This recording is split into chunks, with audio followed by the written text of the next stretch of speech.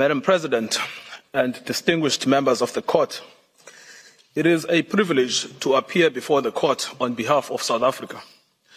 I will address Israel's genocidal intent. At this stage, the Court is not required to determine that the only inference to be drawn from the available evidence is genocidal to order provisional measures, as that is to decide the merits. Rather, the assessment of the existence of an intent to destroy could be made by the Court only at the stage of the examination of the merits. That some of the alleged acts may also amount to atrocities other than genocide does not exclude the finding of plausible acts of genocide. Madam President, South Africa is not alone in drawing attention to Israel's genocidal rhetoric against Palestinians in Gaza. 15 United Nations special rapporteurs and 21 members of the United Nations working groups have warned that what is happening in Gaza reflects a genocide in the making and an overt intent to destroy the Palestinian people under occupation. Israel has a genocidal intent against the Palestinians in Gaza. That is evident from the way in which Israel's military attack is being conducted, which has been described by Ms. Hassim SC. It is systematic in its character and form. The mass displacement of the population of Gaza, headed into areas where they continue to be killed, and the deliberate creation of conditions that, quote, lead to a slow death, unquote. There is also the clear pattern of conduct, the targeting of family homes and civilian infrastructure, laying waste to vast areas of Gaza, and the bombing, shelling, and sniping of men, women, and children where they stand, the destruction of the health infrastructure, and lack of access to humanitarian assistance. So much so that as we stand today, 1% of the Palestinian population in Gaza has been systematically decimated since 7 October. These two elements alone are capable of evidencing Israel's genocidal intent in relation to the whole or part of the Palestinian population in Gaza. However, third, there is an extraordinary feature in this case, that Israel's political leaders, military commanders, and persons holding official positions have systematically and in explicit terms declared their genocidal intent. And these statements are then repeated by soldiers on the ground in Gaza as they engage in the destruction of Palestinians and the physical infrastructure of Gaza. We show this third element next. Israel's special genocidal intent is rooted in the belief that, in fact, the enemy is not just the military wing of Hamas, or indeed Hamas generally, but is embedded in the fabric of Palestinian life in Gaza. On 7 October, in a televised address, Israeli Prime Minister Benjamin Netanyahu declared war on Gaza, and I quote, Israel had started clearing out the communities that have been infiltrated by terrorists. And he warned of an unprecedented price to be paid by the enemy. There are more than 2.3 million Palestinians in Gaza. Israel is the occupying power in control of Gaza. It controls entry, exit, and the internal movements of inside Gaza. And Prime Minister, Mr. Netanyahu exercises overall command over the Israeli Defense Force and, in turn, the Palestinians in Gaza. Prime Minister Netanyahu, in his address to the Israeli forces on 28 October 2023, preparing for the invasion of Gaza, urged the soldiers to remember what Amalek has done to you. This refers to the biblical command by God to Saul for the retaliatory destruction of an entire group of people known as the Amalekites, put to death men and women, children and infants, cattle and sheep, camels and donkeys. The genocidal invocation to Amalek was anything but idle. It was repeated by Mr. Netanyahu in a letter to the Israeli Armed Forces on 3 November 2023. Madam President, let the Prime Minister's words speak for themselves.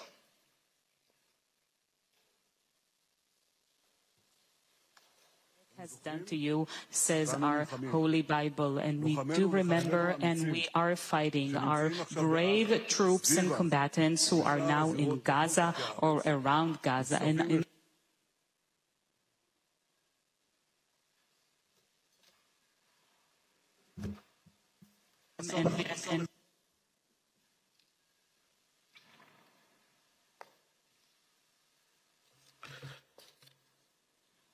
the Deputy Speaker of the Knesset, Israel's parliament, has called for the erasure of the Gaza Strip from the face of the earth. The Defense Force agrees. On 9 October, the Defense Minister, Yoav Gallant, gave a situation update to the army, where he said that as Israel was imposing a complete siege on Gaza, there would be no electricity, no food, no water, no fuel. Everything would be closed because Israel is fighting human animals. Speaking to troops on the Gaza border, he instructed them that he has released all the restraints and that Gaza won't return to what it was before. We will eliminate everything. We will reach all places. Eliminate everything. Reach all places without any restraints. The theme of destruction of human animals was reiterated by an Israeli army coordinator of government activities in the territories on 9 October 2023, who, in an address to Hamas and the residents of Gaza, stated that Hamas has become ISIS and that the citizens of Gaza are celebrating instead of being horrified. He concluded that human animals are dealt with accordingly. Israel has imposed a total blockade on Gaza. No electricity, no water, just damage. You wanted hell, you will get hell. The language of systematic dehumanization is evident here. Human animals. Both Hamas and civilians are condemned. Within the Israeli cabinet, this is also a widely held view. The Minister of Energy and Infrastructure, Israel Katz, called for the denial of water and fuel, as this is what will happen to a people of children killers and slaughterers. This admits of no ambiguity. It means to create conditions of death of the Palestinian people in Gaza. To die a slow death because of starvation and dehydration, or to die quickly because of a bomb attack or snipers, but to die nevertheless. In fact, Heritage Minister Amichai Eliyahu said that Israel must find ways for Gazans that are more painful than death. It is no answer to say that neither are in command of the army. They are ministers in the Israeli government. They vote in the Knesset and are in a position to shape state policy. The intent to destroy Gaza has been nurtured at the highest levels of state, as President Isaac Herzog has joined the ranks of those signing bombs destined for Gaza, having previously noted that the entire population in Gaza is responsible and that this rhetoric about civilians not aware, not involved, is absolutely not true. We will fight until we break their backbone. Later attempts by the President and others to neutralize this speech have not altered the sting of his words, which was to tar all Palestinians as responsible for the actions of Hamas. Nor, as I will show below, has it affected how state policy is understood within government. The Minister of National Security repeated the President's statements that Hamas and civilians are responsible in equal measure. On 10 November 2023, in a televised interview, he stated that when we say that Hamas should be destroyed, it also means those who celebrate, those who support, and those who hand out candy. They are all terrorists, and they should also be destroyed. These are orders to destroy and to maim what cannot be destroyed. These statements are not open to neutral interpretations or after-the-fact rationalizations and reinterpretations by Israel. The statements were made by persons in command of the state. They communicated state policy. It is simple. If the statements were not intended, they would not have been made. The genocidal intent behind these statements is not ambiguous to the Israeli soldiers on the ground. Indeed, it is directing their actions and objectives. On 7 December 2023, Israeli soldiers proved that they understood the Prime Minister's message to remember what the Amalek has done to you as genocidal. They were recorded by journalists dancing and singing. We know our motto, there are no uninvolved, that they obey one commandment, to wipe off the seed of Amalek. The Prime Minister's invocation of Amalek is being used by soldiers to justify the killing of civilians, including children. These are the soldiers repeating the inciting words of their Prime Minister.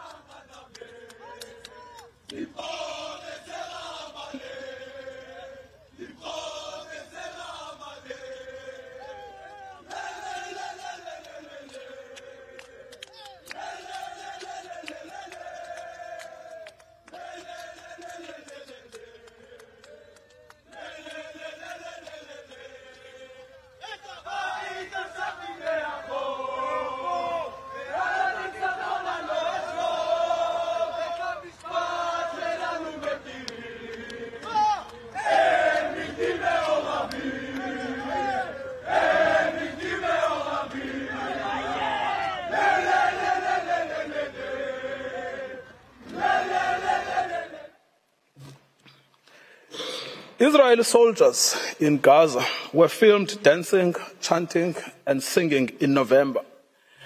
May their village burn, may Gaza be erased. There is now a trend among the soldiers to film themselves committing atrocities against civilians in Gaza in a form of snuff video. One recorded himself detonating over 50 houses in Shujaiya.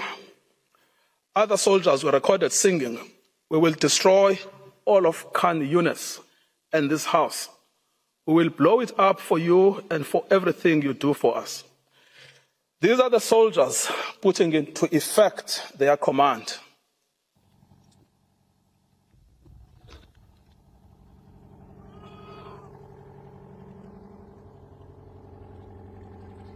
שכונת סג'אעיה ז"ל, נחל עוז, בעזרת השם יהיה לכם.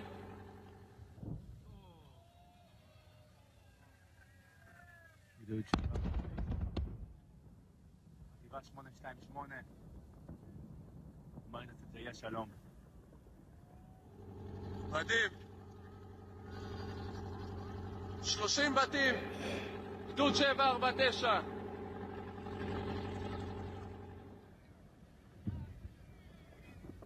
כאן התחיל הניצחון.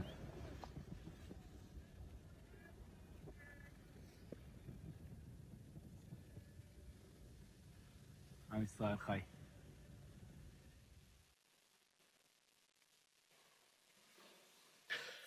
The commanders of the army are also of the same mind.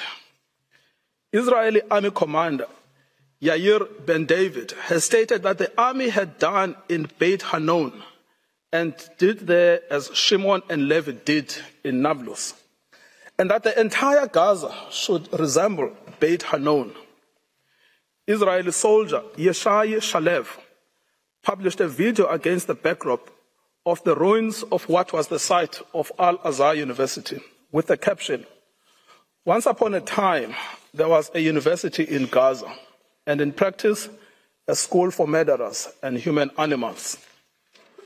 Soldiers obviously believe that this language and their actions are acceptable because the destruction of Palestinian life in Gaza is articulated state policy. Senior political and military officials encouraged without censure the 95-year-old Israeli army reservist Ezra Yachin, a veteran of the Deir Yassin massacre against the Palestinians in 1948, to speak to the soldiers ahead of the ground invasion in Gaza. In his tour, he echoed the same sentiment while being driven around in an officially Israeli army vehicle dressed in Israeli army fatigue. I quote, "Be triumphant and finish them off, and don't leave anyone behind. Erase the memory of them. Erase them, their families, mothers and children. These animals can no longer live. If you have an Arab neighbor, don't wait, go to his home and shoot him. We want to invade, not like before. We want to enter and destroy what's in front of us, and destroy houses, then destroy the one after it. With all of our forces, complete destruction, enter and destroy. As you can see, we will witness things we've never dreamed of. Let them drop bombs on them and erase them." As recently as 7 January 2024, a video of a soldier was posted online where he boasts that the army had destroyed the entire village of Hibat Azar. For 2 weeks, he said, they had worked hard to bomb the village and executed their mandate. Any suggestion that senior politicians did not mean what they said, much less that the meaning was not understood by soldiers in Gaza, would be without any merit. The scale of destruction in Gaza, the mass targeting of family homes and civilians, the war being a war on children, all make clear that genocidal intent is both understood and is being put into practice. The articulated intent is the destruction of Palestinian life in all its manifestations. The genocidal rhetoric is also commonplace within the Israeli Knesset. Members of the Knesset have repeatedly called for Gaza to be wiped out, flattened, erased, and crushed on all its inhabitants. They have deplored anyone feeling sorry for the uninvolved Gazans, asserting repeatedly that there are no uninvolved, that there are no innocents in Gaza, that the killers of the women and children should not be separated from the citizens of Gaza, and that the children of Gaza have brought this upon themselves, and that there should be one sentence for everyone there, death.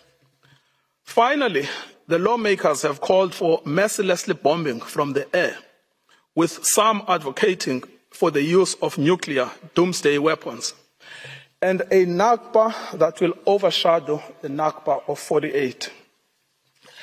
The Prime Minister's genocidal speech has gained ground among some elements of civil society.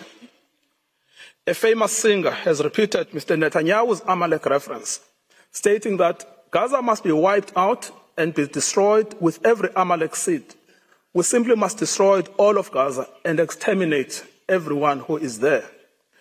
Another has called to erase Gaza, not leave a single person there. Journalists and commentators have announced that the woman is an enemy, the baby is an enemy, the pregnant woman is an enemy.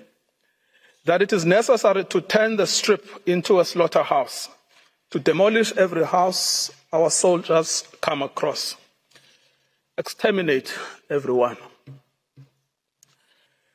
The intentional failure of the government of Israel to condemn, prevent, and punish such genocidal incitement constitutes in itself a grave violation of the Genocide Convention.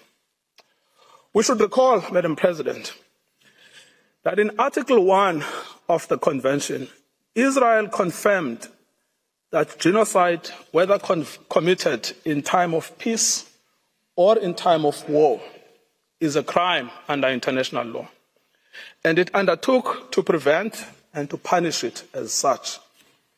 This failure to prevent, condemn, and punish such speech by the government has served to normalize genocidal rhetoric and extreme danger for Palestinians within Israeli society. As MK Moshe Sada from the Likud party has said, the government's own attorneys share his views that Palestinians in Gaza must be destroyed. I quote, "You go anywhere and they tell you to destroy them. In the kibbutz, they tell you to destroy them. My friends at the state attorney's office who fought with me on political issues in debate said to me, it is clear that we need to destroy all Gazans. Destroy all Gazans." Israel is aware of its destruction of Palestinian life and infrastructure. Despite this knowledge, it has maintained and indeed intensified its military activity in Gaza. As to full awareness, in the week after 7 October, NGOs and the United Nations warned of an unprecedented humanitarian crisis in Gaza. The UN stated that actors must allow humanitarian teams and goods to immediately and safely reach the hundreds of thousands of people in need. So right from the beginning, Israel knew that it was depriving water, food, electricity, and essentials for survival. It said so. Everything is closed. It has known that it was depriving Palestinians of health care and treatment for injury in the middle of an unprecedented bombardment, of food and water, and of other essentials for survival. This prompted the World Health Organization to say, "We are on our knees asking for sustained, scaled-up, protected humanitarian operations, appealing to all those in a situation to make a decision or influence decision makers to give us the humanitarian space to address this human catastrophe."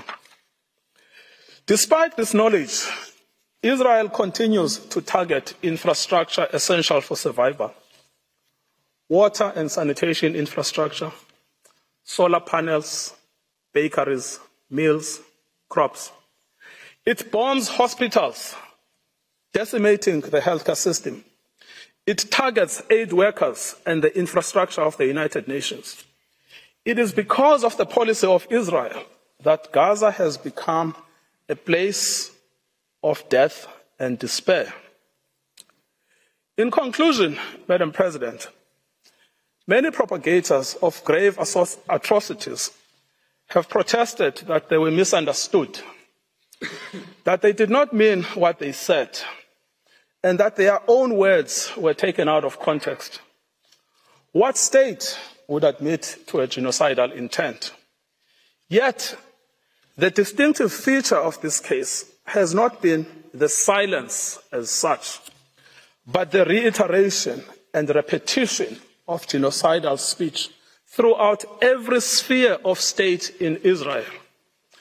We remind the court of the identity and authority of the genocidal inciters: the Prime Minister, the President, the Minister of Defense, the Minister of National Security, the Minister of Energy and Infrastructure, members of the Knesset, senior army officials, and foot soldiers. Genocidal utterances are therefore not out in the fringes. They are embodied in state policy. The intent to destroy is plainly understood by soldiers on the ground. It is also fully understood by some within the Israeli society, with the government facing criticism for allowing in any aid to Gaza on the basis that it is recanting on its promise to starve Palestinians. Any suggestion that Israeli officials did not mean what they said or were not fully understood by soldiers and civilians alike to mean what they said should be rejected by this court. The evidence of genocidal intent is not only chilling, it is also overwhelming and incontrovertible.